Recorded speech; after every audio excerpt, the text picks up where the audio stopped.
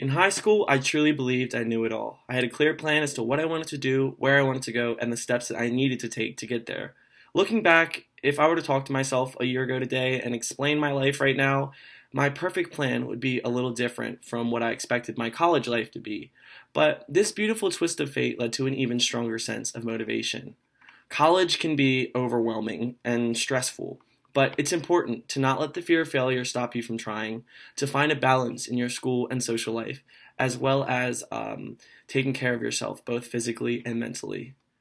First off, our brains. They serve as our greatest asset, but also our worst critics. They recognize threats and displace fear as a defense mechanism.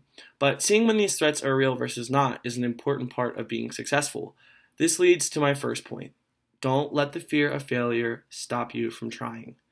As college students, we tend to put up mental walls so thick that they're hard to tear down. The fear of failure always a quaint thought in our head as we press on with our schoolwork. But this intrinsic fear is not a bad thing. It motivates us to do more and strive for more. But regardless, this impending doom is always there that can stop us from achieving more. My advice is to remain proactive in your personal self. Seek opportunities that make you uncomfortable. As you do this, you will become more and more comfortable trying new things and experiences that you wouldn't have done in the past. A habit that I had to break away from was always assuming the worst was going to happen if I did or did not do something. This is a common human behavior that we place in front of ourselves to keep us safe. But how do you go one further assuming the worst is going to happen? As I continue to go through life, I begin to see the things that really matter, and something I always tell myself is to think in terms of the future. Would I be mad if I at least didn't try this opportunity? Would I be upset if I did or did not change my major? Adopting this way of thinking will allow you the confidence to do and try more. Moving on, finding a balance in school and social life is an essential part of mastering the college lifestyle. It is important that one side of the spectrum is not out of balance and that this scale remains neutral. It is no secret that WVU is ranked as one of the biggest party schools in America, and there is no right answer as to what is the right amount of time to go out and the right amount of time to stay in and study, but it is important that you do both.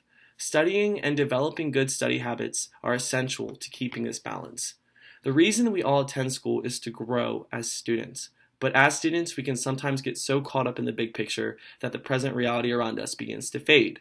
So I stress everyone to find their balance. You only get this time in your life once, and realizing the value of this is essential. Make those friendships, go on those adventures, and remember college is hard enough. Remember to live. In setting up this balance, you will improve both your educational career as well as your social life. My last point is taking care of yourself, physically and mentally. In high school, at least for me, I thought my body was a train that was always running and always doing the most that it could. And I focused so much on the bigger picture that I didn't take care of myself both physically and mentally.